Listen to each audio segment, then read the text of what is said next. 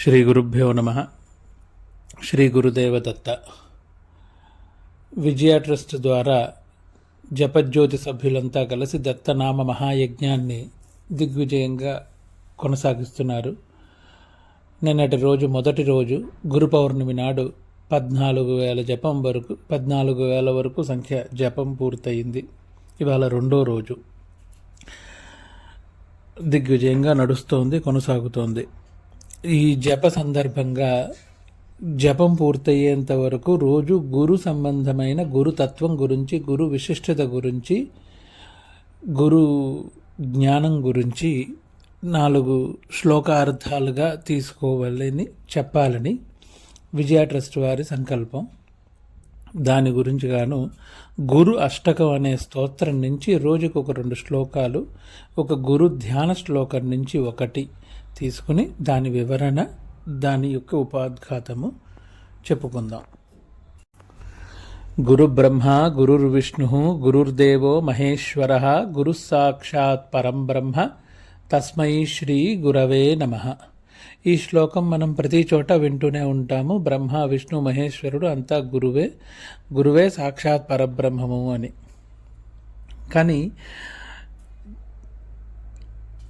గురుతత్వము యొక్క విశిష్టత చంద్రశేఖర భారతీ తీర్థుల వారని శృంగేరి పూర్వ గురువులు దగ్గర ఒక శిష్యుడు వెళ్ళి, స్వామి నాకు చాలా ఉపదేశాలు ఉన్నాయి, చాలా మంత్రాలు, ప్రతి మంత్రానికి అంగన్యాస కరన్యాసాలు చేసుకుంటున్నప్పుడు ధ్యాన శ్లోకంలో ప్రతి మంత్రానికి ఉన్న మంత్ర దేవత యొక్క ధ్యానం స్మరణ చేసేటప్పుడు ఆ మంత్ర దేవతని స్మరించుకుంటూ చేస్తాను. కానీ ప్రతి మంత్రానికి ఆ ధ్యాన శ్లోకం చేసేటప్పుడు పూర్వ మంత్రానికి సంబంధించిన దేవతో తదుపరి మంత్రానికి సంబంధించిన దేవతో నాకు స్ఫురణకు వస్తూ ఉంటుంది మధ్య మధ్యలో. దానికి నాకు ఏదైనా ఉపాయం చెప్పండి అనగా అప్పుడు స్వాములు వారు చెప్పిన ఒక మంచి శ్లోకము, ధ్యానమూలం గురోర్మూర్తి పూజామూలం గురోఃపదం మంత్రమూలం గురోర్వాక్యం మోక్షమూలం గురోః కృప అని సెలవిచ్చారు. అంటే ఇక్కడ ఉపదేశాలు ఎన్నున్నా, జపాలు తపాలు ఎన్ని చేస్తూ ఉన్నా, ఆ దేవత మీద ధ్యానం లేకుండా ఏ తపస్సు చేసినా అది ఫలించడం అసాధ్యం కాదు, కానీ దుర్లభం, సమయం చాలా వృధా అవుతుంది. అందుకని చేసే తపస్సు కానీ, జపం కానీ, అనుష్ఠానం కానీ ఆ దేవత యొక్క చరణాల విందములను తలుచుకుంటూనో, ఆ దేవతని తలుచుకుంటూనో చేయాలి. అప్పుడే ఆ జప సిద్ధి పొందుతారు. కానీ అందరికీ అది సాధ్యం కాదు. ప్రతి దేవతకి ఒక ధ్యాన శ్లోకం, ఆ ధ్యాన శ్లోకంలో ఉండే రూపాన్నే తలుచుకుంటూ చేయాల్సి వస్తుంది. ఎలా అయితే ఇప్పుడు మనం ద్రామ్ దత్తాత్రేయాయ నమః అని చేస్తున్నామో, ఈ మంత్రానికి ఉన్న ధ్యాన శ్లోకం నిన్న మీకు చెప్పినట్టుగా దిగంబరం భస్మ సుగంధ లేపనం చక్రం త్రిశూలం డమరుం గదాయుధం పద్మాసనం యోగి మునీంద్ర వందితం దత్తేతి నామ స్మరణేన నిత్యం. అలాగే ప్రతి మూర్తికి, ప్రతి మంత్రానికి ఒక ధ్యాన శ్లోకం, దేవతా రూపము ఉంటుంది. కానీ ప్రతిదీ గుర్తుంచుకోవడము అంత సులభం కాదు. అందుకు ప్రత్యామ్నాయ మార్గం ఏంటి అంటే, విశేషమైన మార్గము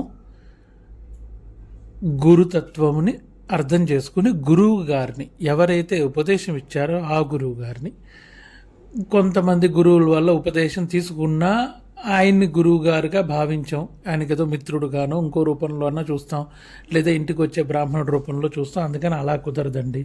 అందుకని ఈ స్వామీజీ అండి ఇలా అనుకుంటాం, లేదా షిరిడి సాయిబాబాని, పుట్టపర్తి సాయిబాబాని, ఇలా మనం గురువు గారుగా ఎవరినైతే నియమించుకుంటామో, అనుకుని ఉంటామో ఆయన్నే చిత్తశుద్ధిగా స్మరిస్తూ ఆ జపం చేయొచ్చు. ఇది స్వాముల వారు చెప్పింది. దాన్నే ధ్యానమూలం గురోర్మూర్తి. ఏ ధ్యాన శ్లోకం చేసినా, ఏ జపం చేసినా, ఏ తపస్సు చేసినా కళ్ళు మూసుకుని జపం ఏదైనా చెయ్యి. చేస్తున్నప్పుడు నీకు కనిపించాల్సిన రూపం నీ గురువు యొక్క రూపం మాత్రమే. ఆయన రూపం మాత్రం కనిపిస్తే చాలు, ప్రతిదీ సార్థకత పొందినట్టే, ఆ మంత్రసిద్ధి కూడా సిద్ధి పొందినట్టే. ధ్యానమూలం గురోర్మూర్తి పూజామూలం గురోః పదం అంటే ప్రతి పూజ ఒక్కొక్క విశేష కామ్యార్థమై ఉంటుంది, కొన్ని నిష్కామ్యార్థములై ఉంటాయి. రకరకాల పూజలు రకరకాల కారణాలుగా ఉంటాయి.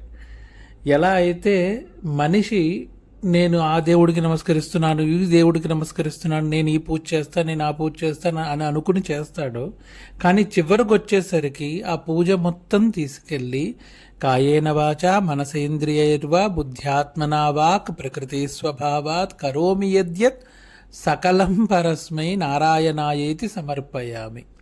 అంటే నారాయణుడికే అది చెందుతుందో, నేను గణపతి పూజ చేసినా అది నారాయణుడికే చెందుతుంది, లక్ష్మీ పూజ చేసినా నారాయణుడికే చెందుతుంది. అలాగే ఏ పూజ చేసినా సరే అది నారాయణుడికే సమర్పణ చెందడం దాని మూలం, సారాంశం. అలాగే ఏ పూజ చేసినా ఇదే సారాంశం అన్నప్పుడు అసలు నేను పూజ చేయాల్సిన స్థానం ఏది అని మనిషి గనక కోరితే, గురువు చెప్పిన రెండో వాక్యం పూజామూలం గురోః పదం. నువ్వు ఎక్కడున్నా సరే గురువుగారి పాదుకలని స్మరించి మనస్సులో దాని మీద ఒక 2 పుష్పాలు పెట్టాను అని అనుకుంటే చాలు, నువ్వు అన్ని రకాల పూజలు చేసిన వాడివే అవుతావు. అందుకని ఏ పూజ చేసినా, ఏ జపం చేసినా, ఏ అనుష్ఠానం చేసినా దానికి ముందు గురు ప్రార్థన చేయడం, ఆ గురు ప్రార్థనలో గురు పూజ చేయడం చాలా విశేషం. మంత్రమూలం గురోర్వాక్యం. నాకు సరే ఈ పూజ చేయగలుగుతాను, అనుష్ఠానము చేయగలుగుతాను, తపస్సు చేయడానికి సిద్ధంగానే ఉన్నాను, కానీ మంత్రం ఏంటి? నేనేమో అప్పుడప్పుడు ఆంజనేయ స్వామికి పూజ చేస్తాను, ఆంజనేయ స్వామి దీక్ష చేస్తాను, దాని తర్వాత అయ్యప్ప స్వామి దీక్ష చేస్తాను, నవరాత్రులు వచ్చినప్పుడు నవరాత్రి దీక్ష చేస్తాను, అలా ఒక్కొక్క దీక్ష చేస్తాను. ఆ దీక్ష చేసినప్పుడల్లా ఆ దేవతకి నమస్కారం చేసుకుంటూ ఉంటాను. కానీ నిత్య అనుష్ఠానానికి నేనేం చేసుకోవాలి అని ఉంటే దానికి అందరికీ ఒక్కొక్క నియమం ఉంటుంది. ప్రతి నియమానికి మించిన ఒక నియమం ఏంటంటే, ఎవరినైతే గురువుగా భావించావో ఆయన చెప్పిన మంత్రం, అది ఏ మంత్రమైనా కావచ్చు, ఆయన చెప్పిన వాక్యాన్నే మంత్రంగా తీసుకుని జపం చేయడమే మంత్రమూలం గురోర్వాక్యం. ఈ 3 కనుక గురువుగారే అనే భక్తితో చేయగలిగితే మోక్షం అనేది చాలా సులువుగా ఉత్తి గురు కృప వలన మాత్రమే వచ్చేస్తుంది. మోక్షానికి కొన్ని యుగాలు తపస్సు చేస్తున్న ఋషులు మునులు ఇంకా ఉన్నారు. మోక్షానికై కొన్ని వేల సార్లు భాగవత పారాయణం చేసే మనుషులు చాలామంది ఉన్నారు.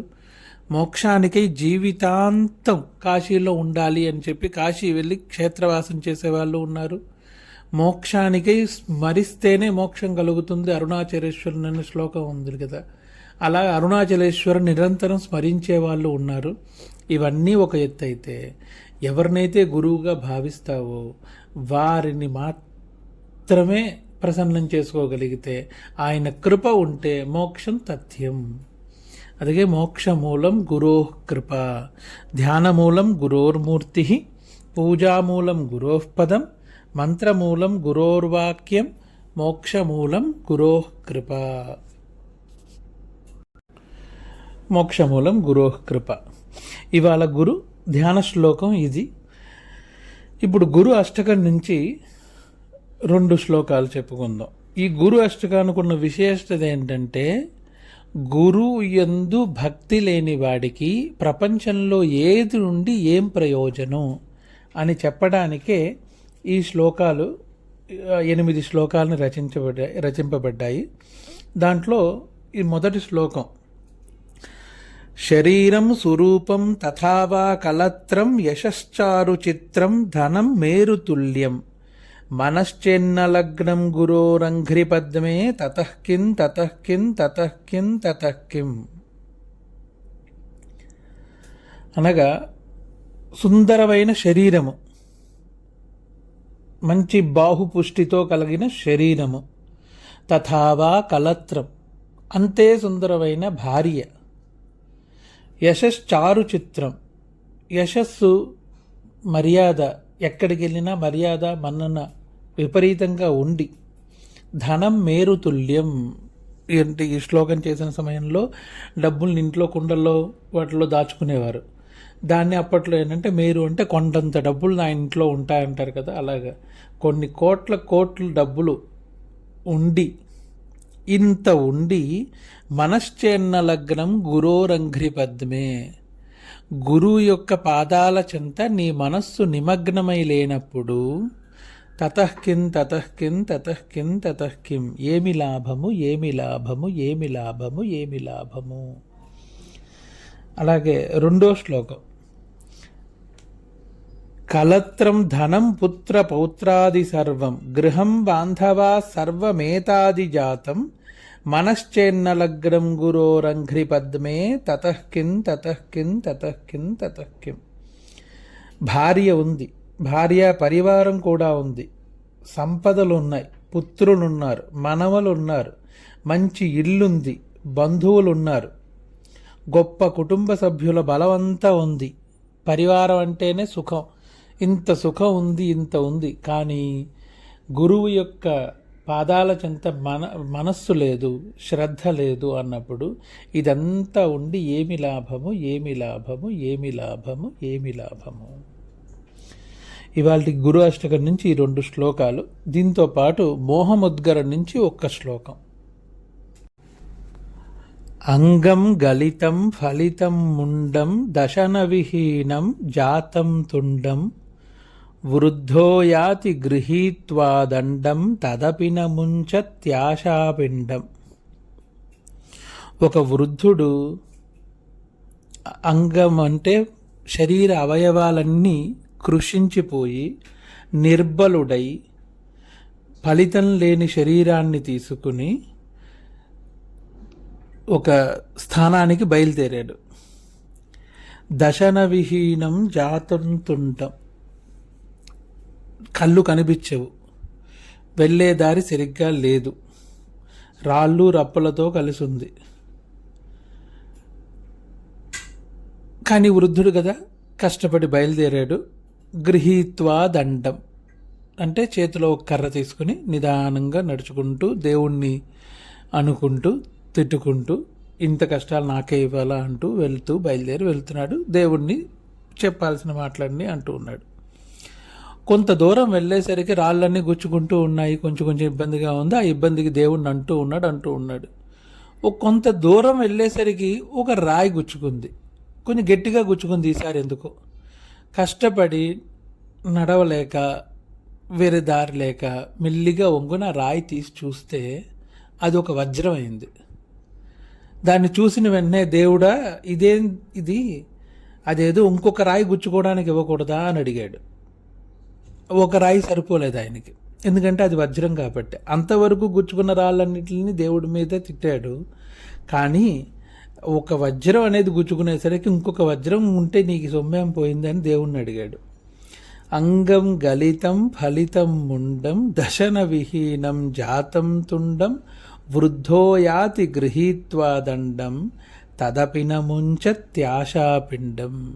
అంటే మనిషి చచ్చేంత వరకు ఆశ అనేది చావదు, దాన్ని వైరాగ్యం అనేది ఒక్కటే నశింపజేయగలుగుతుంది. ఆ వైరాగ్యం అనేది ఎక్కడ ఉత్పన్నమవుతుంది అంటే మనిషి తన కామ్యకర్మ నుంచి వైదొలిగి నిష్కామ్య కర్మ వైపు వెళ్ళినప్పుడు మాత్రమే. దీన్నే శంకరాచార్యుల వారిని చెప్పిన మోహముద్గరహ అంటారు. వాడుక భాషలో భజగోవింద స్తోత్రం అని అంటారు. దాన్నే అంగం గలితం ఫలితం ముండం దశన విహీనం జాతం తుండం వృద్ధో యాతి గృహీత్వా దండం తదపిన ముంచత్యాశాపిండం భజ గోవిందం గోవిందం భజ మూఢమతే. అంటే గోవింద నామస్మరణ చేయి, ఇవన్నీ ప్రపంచానికి అశాశ్వతమైనవి, శాశ్వతమైన గోవింద నామస్మరణే నిన్ను కాపాడుతుంది అంటూ శంకరాచార్యులు వారు చెప్పిన భజ గోవింద స్తోత్రం నుంచి ఇవాళ మోహముద్గర నుంచి 1 శ్లోకం. మొత్తం భజ గోవింద స్తోత్రంలో 31 శ్లోకాలు ఉంటాయి.